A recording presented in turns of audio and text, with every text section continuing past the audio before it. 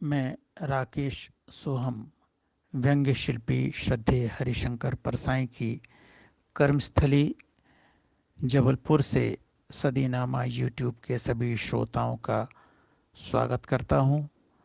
और मास्क के पीछे क्या है सदीनामा के ऑनलाइन व्यंग्य सम्मेलन में मुझे आमंत्रित करने के लिए संपादक जितेंद्र जितांशु और संयोजक प्रोफेसर कम्मू खटीक जी का मैं हृदय से आभार और धन्यवाद ज्ञापित करता हूं। तो लीजिए, इस अवसर पर प्रस्तुत है मेरा एक सामयिक व्यंग्य, हिंदी पकौड़ा बनाम हिंदी पखवाड़ा। विगत 4 दिनों से अतिरिक्त प्रभारी अधिकारी की टेबल पर मुख्यालय से प्राप्त आदेश पड़ा था। आदेश पत्र के शीर्ष पर हिंदी का मान, राष्ट्र का सम्मान स्वर्णिम अक्षरों में अंकित था, किंतु वे अपनी बात का मान रखने के आदी थे।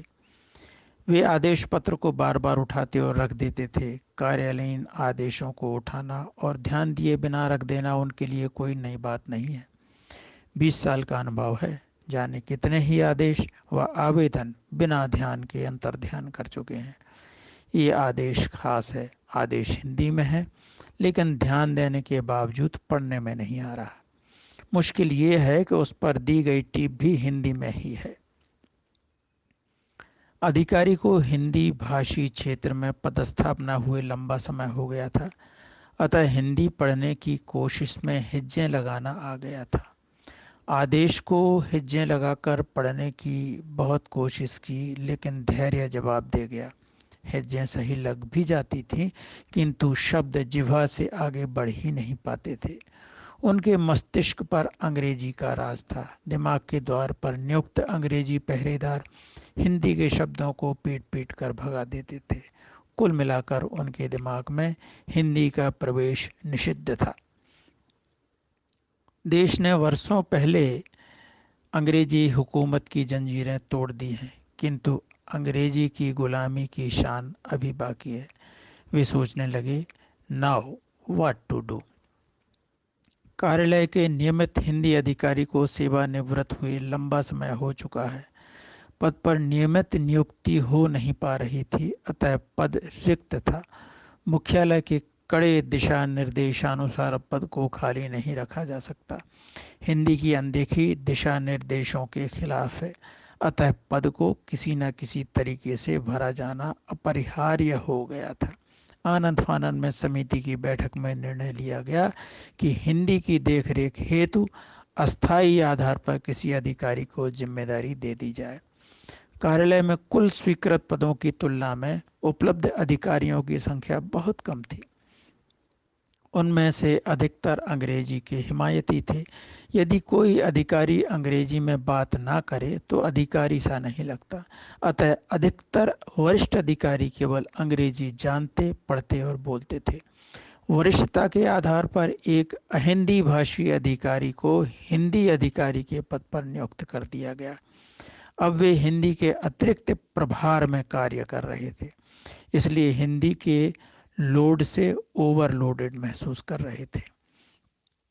साल का सितंबर माह हिंदी को याद करने के लिए आधिकारिक रूप से नियत है।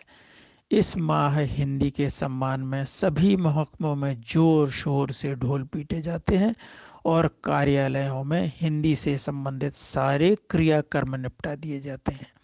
इधर बेचारे हिंदी अधिकारी के सिर पर सितंबर माह के पूर्व ही आपदा आन पड़ी थी। मुख्यालय से प्राप्त हिंदी के आदेश को पढ़ने में बड़ी कठिनाई आ रही थी। उन्होंने अपने पीए को बुलाया और उसके हाथ में आदेश को पकड़ाते हुए रीड आउट करने को कहा।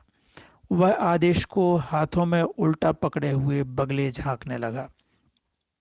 अंग्रेजी का स्टेनो था, हिंदी भाषी भी था। अंग्रेजी के हिमायतियों ने हिंदी जैसी सीधी सादी भाषा को उल्टा किया हुआ है। वह बोला, we have to call Hindi steno sir, और वह वहां से चला गया। कार्यालय में हिंदी का इकलौता स्टेनो था। कई सालों से उसके पास कोई काम नहीं था।